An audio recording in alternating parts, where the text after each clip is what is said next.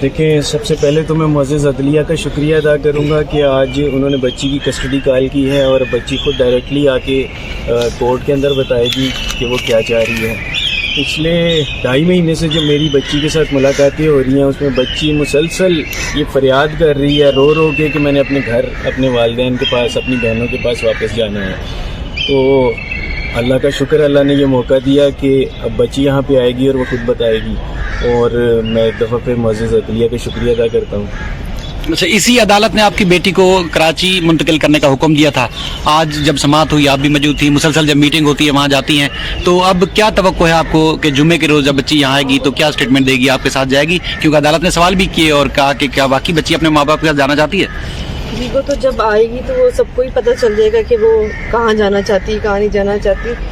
मगर मैं अभी मुझे ये फीलिंग हो रही है कि अगर हमें इंसाफ मिल जाता है तो उसका मतलब है कि मुझे तो ऐसे लगा जैसे हमें इंसाफ ही नहीं मिलेगा, क्योंकि हम सारी कोशिशें कर चुके थे। लेकिन अगर हमें इंसाफ मिल जाता है, जो कि इंशाल्लाह मिलेगा, तो इसका मतलब है कि वाकई इंसाफ मिलता है।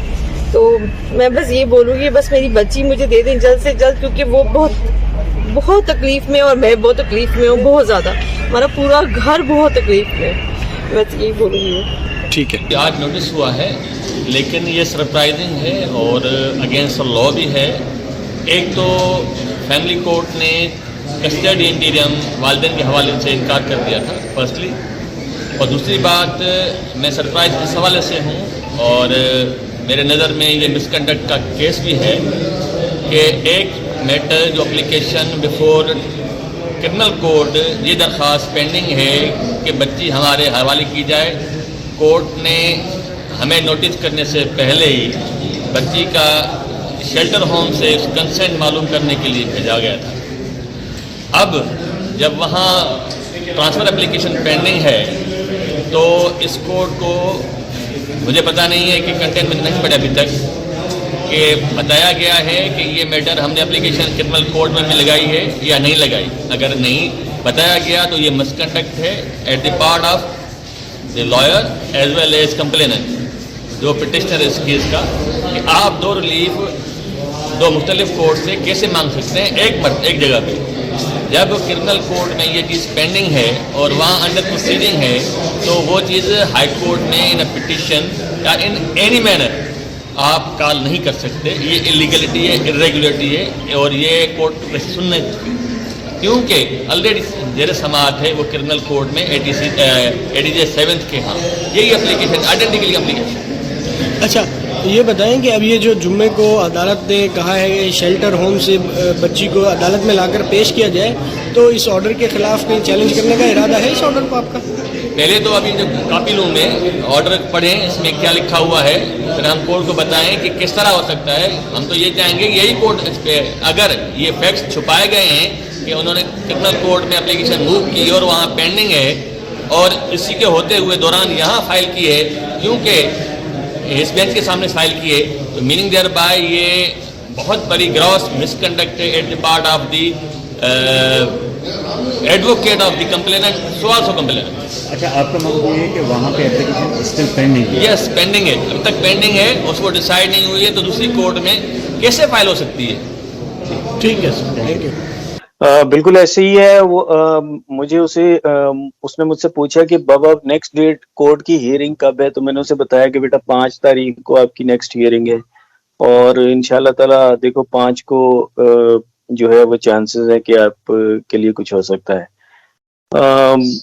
बाकी है कि शेल्टर चाइल्ड प्रोटेक्शन सेंटर का जो अमला है वो भी यही कहता है कि ये बच्ची जो है वो रोजाना के बुनियाद पे इसरार करती है कि मुझे मेरे घर वापस भेजा जाए। और इसके अलावा बच्ची ने मुझसे एक और सवाल पूछा कि बाबा मैंने पिछले माह जो यहाँ पे सर्वे जज आते हैं, मैंने उन्हें भी बोला था, क्या उन्होंने कोई रिपोर्ट भेजी या उन्होंने कोई जो है वो वहाँ पे कोर्ट के अंदर जाके बताया? तो चूंकि मेरे पास इस चीज की कोई कंफर्मेशन नहीं थी, तो मैंने उससे कहा कि नहीं बेटा, फिलहाल तो आपकी 5 तारीख की कोर्ट की हेयरिंग है, और उसके अंदर जो आपकी शेल्टर हाउस की तरफ से जो रिपोर्ट जमा हुई है वो डी सील होनी है, और हम अल्लाह से दुआ करते हैं कि वो उस दिन वो रिपोर्ट जो है वो डीसील हो जाए। अब आपको तो शायद भाई पता है कि उस दिन ही एग्जैक्ट इलियास मेमन साहिब के ऊपर एक के लिए उन्होंने एक वो डाला था कि वो केस में जानेदार हो गए हैं। जी जी। तो अब वो केस भी आपको याद है कि 5 तारीख को ही है। तो देखिए पहले उस केस का फैसला आएगा तो उसके बाद ही जज साहब डिसाइड हो सकते हैं, लेकिन चूंकि बच्ची अब इन मामलात को तो समझ नहीं सकती, वो सिर्फ मजीद मायूस और नाउमीद हो जाएगी। तो मैंने तो उसे फिलहाल यही कहा। जी जी। तो इसमें जी मैंने आज उसे जी जी आप जी बताएं। बोले आप। बच्ची से जब मुलाकात हुई, माँ भी साथ थी, तो क्या राजो नियाज की कुछ और बातें हुई? छोटी बहनों के बारे में क्या कहती है और खाने पीने की क्या चीजें लेके गए थे? देखिए खाने पीने की बहुत सारी चीजें जो कि हम हर मुलाकात में लेके जाते हैं। पिछली बार हम कम लेके गए थे क्योंकि हमें यकीन था कि बच्ची 2-4 दिनों के अंदर घर आ जाएगी। इस बार मैं जो रूटीन की जैसे चीजें लेके जाता था वो फिलहाल वो लेकर गया हूँ। अ, और अल्लाह से ये दुआ करता हूँ कि 5 को या जब भी कोर्ट में हियरिंग हो उसके उसकी फेवर में डिसीजन आ जाए कि बच्ची को घर हमारे पास भेज दिया जाए, क्योंकि बच्ची अ, आज भी अपनी माँ के गले लग के रोती रही और माँ भी रोती रही और वो अपनी बहनों का पूछती रही कि मेरी बहनें क्या करती हैं, कैसे सारा दिन गुजरता है। तो आप समझ ही सकते हैं ये सारी कैफियत कि क्या हो सही बात। सकती हैं। आज मेरी मुलाकात हुई, 12 से 3 मुलाकात थी और तकरीबन 3:15 बजे के करीब हम वहाँ से, क्योंकि उसके बाद एक फॉर्मल प्रोसीजर होता है वो करने के बाद हम बाहर आए। जब आज मैं सबसे पहले वहाँ गया तो बच्ची की डेस्परेशन जो थी वो बहुत ज़्यादा थी। वो कह रही थी कि मुझे कौन सी कोर्ट्स हैं जो मुझे बुला नहीं रही और कौन से जज साहिब हैं जो कि अभी तक इतना टाइम ले रहे हैं मुझे बुलाने के अंदर। तो उसे मैंने बताया कि अब जो नेक्स्ट डेट है वो 5 है। उसने पूछा मुझे कि बाबा जो 22 तारीख उसके बाद जो अगली डेट हुई 29 उस पे क्या हुआ? तो मैंने उसे कहा कि जी 29 को 31st को जो थी जज साहब जो थे वो छुट्टी के ऊपर थे। तो उसने बड़ी बेसब्री से बोला कि बाबा जज साहब जो हैं वो मेरी बारी ही क्यों छुट्टी के ऊपर चले जाते हैं? क्या हर बार मेरे साथ ऐसे क्यों होता है? तो मैंने उसे बड़ी मुश्किल से समझाया कि बेटा ऐसा नहीं है, चूँकि छुट्टियाँ चल रही हैं और उसके अंदर थोड़ी-सी प्रॉब्लम्स हो जाती हैं। लेकिन वो फिर भी यही कह रही थी कि पापा मेरे साथ तो पहले भी ऐसे ही होता चला आ रहा है कि जब मेरी डेट आती है कोर्ट की हियरिंग की तो जज साहब छुट्टी पे चले जाते हैं। ज़ाहिर है वो एक छोटी बच्ची है, उसको अदालती मामलात और इन सारी चीज़ों की समझ नहीं है। लेकिन डेफ़िनेटली वो बहुत ज़्यादा डेस्परेशन में है कि मैं जितनी जल्द हो सके मैं अपने घर अपनी फैमिली के पास वापस जाऊँ। आज भी उसने मुझे लेटर्स का आपने हवाला दिया, आज भी उसने मुझे जो है वो कुछ लेटर्स दिए, ये मुझे उसने कहा वो बना के ये उसने लेटर्स वगैरह दिए जो हम डेफिनेटली ये भी कोर्ट के अंदर जमा करवाएंगे।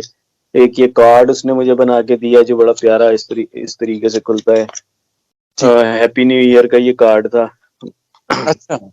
तो ये सब चीज़ें अच्छा उसके बाद आपने मुझे ये सवाल पूछा कि बच्ची की बीमारी के हवाले से, क्योंकि मुझे तो श्योर था कि वो ऐसा नहीं है, लेकिन उसके बावजूद उस कोई भी शक ना रहे उस चीज़ को निकालने के लिए मैंने उससे पूछा कि बेटा आप रीसेंट पास्ट के अंदर आप शेल्टर हाउस के अंदर बीमार हुई थी और क्या आपको किसी हॉस्पिटल वगैरह में लेके जाया गया है? तो उसने कहा कि ये बिल्कुल ऐसा कुछ भी नहीं है, बल्कि वहाँ पे शेल्टर हाउस का अमला भी बैठा हुआ था जो कि सुपरवाइज करता है इस मीटिंग को।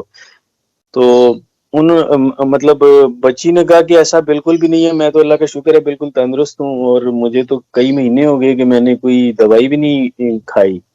मतलब मुझे नॉर्मल जो बीमारी होती है वो भी मुझे कोई नहीं, नज़ला ज़ुकाम खांसी वगैरह तकरीबन 2.5 और ये सब फेक बातें हैं। फिर मैंने भी उसने मुझसे डिटेल पूछी कि बाबा आप ये क्यों पूछ रहे हैं? तो फिर मैंने कहा कि आपके हवाले से इस तरह से मीडिया के ऊपर बहुत सी बातें गर्दिश कर रही थी कि आप बीमार हुई, आपको जिन्ना हॉस्पिटल में लेके जाया गया। तो उसने कहा बाबा ऐसा कुछ भी नहीं है, वो लोग झूठ बोलते हैं और झूठे लोगों का काम सिर्फ झूठ बोलना और झूठ फैलाना है, ये उसके अल्फाज थे। अच्छा। तो अब आप खुद समझ सकते हैं कि बच्ची जो है वो उसके तासरात क्या हैं उन सब लोगों के बारे में। बस अपनी बहनों के लिए और अपनी जितने भी घर वाले हैं, जैसे अपनी नानी अम्मा, मामू, सबके लिए जो है वो इसी तरह बोलती रही है कि मैं सबको सबका नाम लेके कि सबको आप बाबा हौसला दिलाइएगा कि मैं जल्द जो है वो आ जाऊँगी और मेरे लिए दुआ करें। बल्कि उसने मन्नतें बहुत सारी मानी हैं कि आज भी वो कह रही थी, बाबा मैं हर रोज़ मन्नत मानती हूँ कि मेरी जल्द से जल्द जो है मुझे घर वापस भेजा जाए और मैं जल्द से जल्द घर वापस आ सकूँ। बहनों को लेके बहुत ज़्यादा मिस करती है, स्पेशली दोनों छोटी बहनों को, उनको लेके बहुत मिस करती है। और अपना घर अपने घर को बड़ा मिस करती है। और इसी तरह बस छोटा ज़ाहिर है वो एक छोटी बच्ची है तो अ, अब वो अकेली है तो वो क्या कर सकते हैं। ये तो अल्लाह का शुक्र है कि वो जिस जगह पे रह रही है उधर इस बच्ची के अलावा 4 बच्चियाँ और हैं, यानी टोटल 5 हैं। तो जी, जी। उसका फ़िलवक़्त जो वक़्त है वो गुज़र रहा है। अल्लाह का शुक्र है वो बिल्कुल तंदुरुस्त है, जैसे उसके बारे में बहुत सारी बातें जो हैं वो मशहूर की गई कि बीमार है और हॉस्पिटलाइज़्ड हुई है, ये सब फ़ेक था। बिल्कुल झूठा उसको लेकर एक प्रोपेगेंडा बनाया गया जैसे ये लोग हमेशा करते हैं। जी, तो जी। बिल्कुल ऐसे ही था। अल्लाह का शुक्र है वो तंदुरुस्त है, लेकिन सिर्फ़ ये कि डेस्परेट है बहुत बुरे तरीके से अपने घर वापस आने के लिए।